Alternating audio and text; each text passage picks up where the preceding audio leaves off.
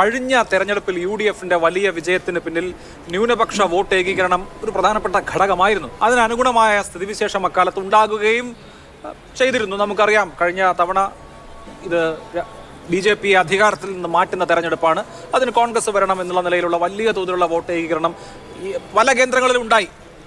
അത് നിങ്ങൾക്ക് വലിയ തോതിൽ തിരിച്ചടി ഉണ്ടാക്കി. അതിനെ മറികടക്കാൻ വേണ്ടി എത്രയോ കാലമായി, കഴിഞ്ഞ കുറേ മാസങ്ങളായി കൃത്യമായി എഞ്ചിനീയർ ചെയ്ത് കുറേ കാര്യങ്ങൾ കൊണ്ടുവരുന്നു. ഇപ്പോൾ പൗരത്വ നിയമം ഒരു പ്രധാനപ്പെട്ട വിഷയമാക്കി, മുഖ്യമന്ത്രിയുടെ നേതൃത്വത്തിൽ സമ്മേളനങ്ങൾ നടക്കുന്നു, സ്ഥാനാർത്ഥിമാരുടെ നൈറ്റ് മാർച്ച് നടത്തുന്നു. ഇതൊക്കെ ഇങ്ങനെ ഒരു ഘട്ടത്തിലെത്തി നിൽക്കുമ്പോഴാണ് രണ്ട് കാര്യങ്ങൾ ഉണ്ടായിട്ടുള്ളത്. ഒന്ന്, റിയാസ് മൗലവിയുടെ കൊലപാതകത്തിലെ കുറ്റവാളികളെ അല്ലെങ്കിൽ അതിൽ പ്രതി ചേർക്കപ്പെട്ടിരുന്ന ആളുകളെ വെറുതെ വിട്ടു.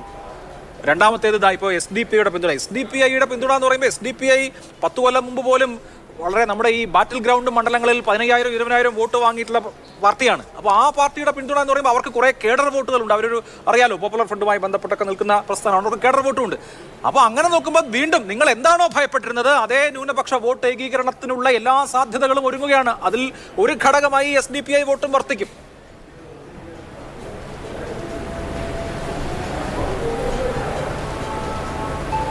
തീർച്ചയായിട്ടും അങ്ങിവിടെ സൂചിപ്പിച്ചത്, അങ്ങയുടെ ചോദ്യത്തിൻ്റെ പ്രസക്തമായ ഒരു ഭാഗം ഇത്തരത്തിൽ മതന്യൂനപക്ഷ വിഭാഗത്തിൽപ്പെട്ട സവിശേഷകരമായി മുസ്ലിം സമുദായത്തിൽപ്പെട്ടവരുടെ വോട്ട് ഏകീകരണത്തിനായി എന്തോ ഒരു പൊളിറ്റിക്കൽ എഞ്ചിനീയറിംഗ് ഇടതുപക്ഷത്തിൻ്റെ നേതൃത്വത്തിൽ CPM-ൻ്റെ നേതൃത്വത്തിൽ തെരഞ്ഞെടുപ്പ് സംബന്ധമായ ഒരു കാലാവസ്ഥയിൽ നടന്നുകൊണ്ടിരിക്കുന്നു. ഇപ്പോഴത്തെ SDPI എന്ന ലക്ഷണമൊത്ത ഇന്ത്യയിലെ മതതീവ്രവാദ പ്രസ്ഥാനം കോൺഗ്രസിന് പിന്തുണ പ്രഖ്യാപിച്ചതോടുകൂടെ നിങ്ങൾ ആഗ്രഹിച്ചിരുന്ന അത്ര വിശാലമായ അർത്ഥത്തിലുള്ള വോട്ട് വിഹിതം ഇനിയും നിങ്ങൾക്ക് കിട്ടുമോ?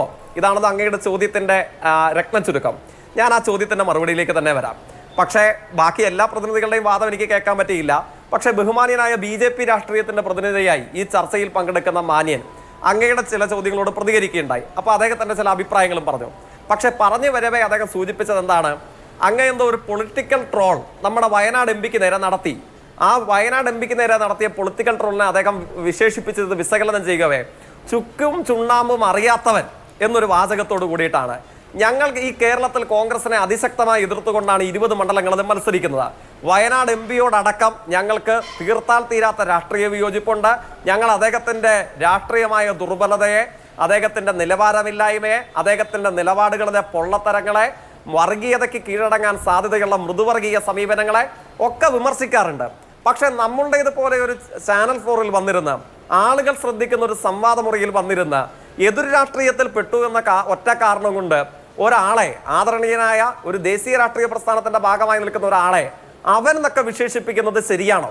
അങ്ങ് വിമർശിച്ചത്, അങ്ങ് അവനെന്ന് വിളിച്ചത്, അപഹസിച്ചതും പരിഹസിച്ചതും ഞങ്ങളുടെ നേതാവിനെയല്ല, ഞങ്ങൾ തോൽപ്പിക്കാൻ ശ്രമിക്കുന്ന രാഷ്ട്രീയത്തിന്റെയും അതിന്റെ ഇന്ത്യൻ പ്രതീകമായ നേതാവിനെയുമാണ്.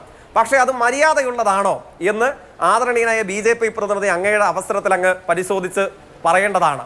പിന്നെ അദ്ദേഹം തിരിച്ചു പറയവേ, വിശകലനം ചെയ്യുക പിന്നീട് പറഞ്ഞ കാര്യമുണ്ട്. ആ കാര്യം എന്താണ്? കേരളത്തിലെ ക്രിസ്ത്യാനികളും ഹിന്ദുക്കളും നിങ്ങൾ നല്ലവണ്ണം സൂക്ഷിച്ചു കൊള്ളണം.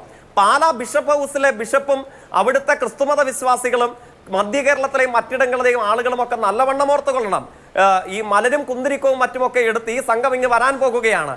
അതായത് ലക്ഷണമൊത്ത ഇസ്ലാമിക വിരുദ്ധത, SDPI വിരുദ്ധത പറയുന്നതിന് പകരം ആ ഒരു പ്രസ്ഥാനത്തിന്റെ മറവിൽ കേരളത്തെ മുസ്ലിങ്ങളെ ആകെ ഭീകരവാദികളായി ചാപ്പ കുത്താനുള്ള തുക്കട ശ്രമം ഈ ചർച്ചയിലെ അവസരത്തിൽ BJP പ്രതിനിധി നടത്തുകയാണ്.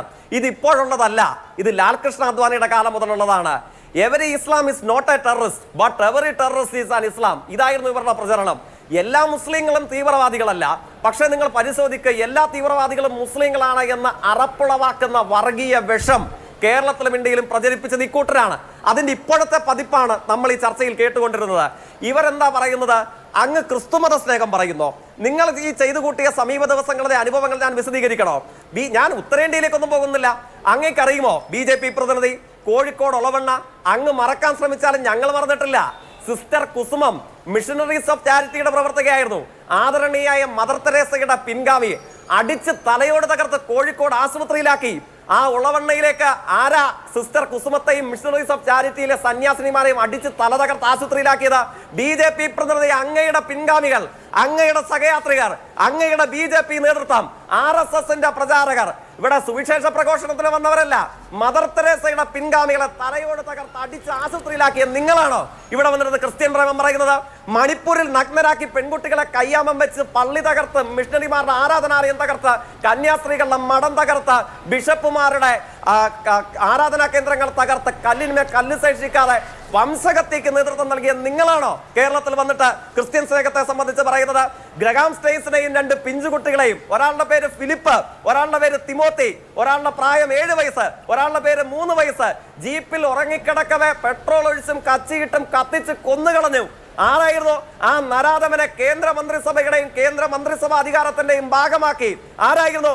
അങ്ങ് തന്നെ, അങ്ങയുടെ രാഷ്ട്രീയ പാർട്ടി, ഇന്ത്യയിലെ സംഘപരിവാരം, ഇന്ത്യയിലെ RSS. പത്തനംതിട്ട പന്തളത്ത് പറന്തലിൽ ക്രിസ്ത്യൻ മതവിശ്വാസികൾ ഇപ്പോ കുറച്ച് മാസങ്ങൾക്ക് പിറകിൽ ആരാധനയ്ക്കായി ഒരു സ്ഥലമെടുത്തു. RSSന്റെ ത്രികോണാകൃതിയിലുള്ള കാവിപ്പതാക അവിടെ കൊണ്ട് കുത്തിവെച്ചു. ഇവിടെ ആരാധിക്കാൻ സമ്മതിക്കില്ലെന്ന് പറഞ്ഞു.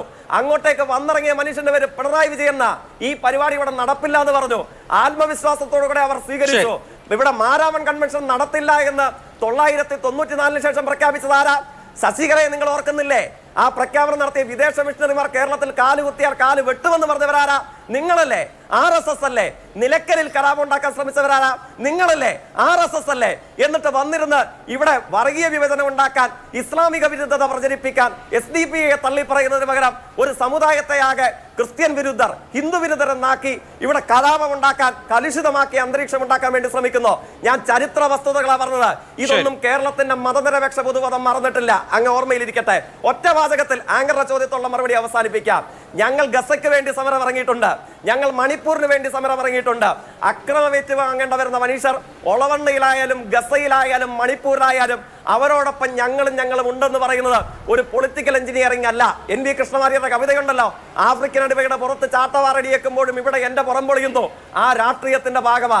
അത് തെരഞ്ഞെടുപ്പിൽ തോറ്റാലും, പഞ്ചായത്തിൽ തോറ്റാലും, പാർലമെന്റിൽ തോറ്റാലും ഞങ്ങൾ ഇനിയും ഒളവണ്ണയ്ക്കും ഗസയ്ക്കും മണിപ്പൂരിനും വേണ്ടി ശബ്ദമിറങ്ങും, നൊന്തു തല്ലി സമരമിറങ്ങും. അത് കേരളം ഉയർത്തിപ്പിടിക്കുന്ന മനുഷ്യത്വ രാഷ്ട്രീയത്തിന്റെ പ്രത്യേകതയാണ്.